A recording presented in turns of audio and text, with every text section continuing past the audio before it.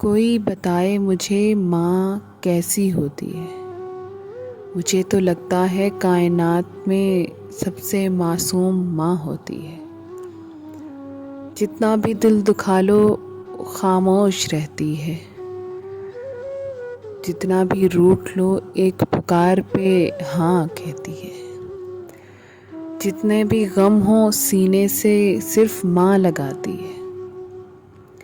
गमों से चूर होकर हमें सिर्फ माँ याद आती है। माँ की आगोश में सर रखकर सकून पाते हैं हम। माँ तो वो हस्ती है जिसे हम भूल नहीं पाते। माँ के बिन घर वीरान होता है। माँ के बिन घर वीरान होता है।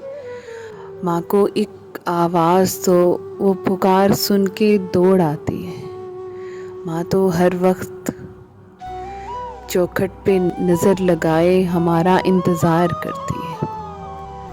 जब हम घर से बाहर निकलें तो हमें दुआओं में रुखसत करती है। और जब तक मंजिल पे ना पहुंच जाएं वो सफ़र की खैरियत की दुआ करती है। रात जितनी भी बीत जाए तुम घर ना लौटो तो माँ सोती नहीं। अपनी नज़रें दरवाजे पर जमाए सिर्फ माँ होती है। माँ तो कायनात की वो हस्ती है जो शायद कभी थकती ही नहीं। थक भी जाए तो चेहरे पे शिकन उसके कभी देखी नहीं। माँ तो माँ है।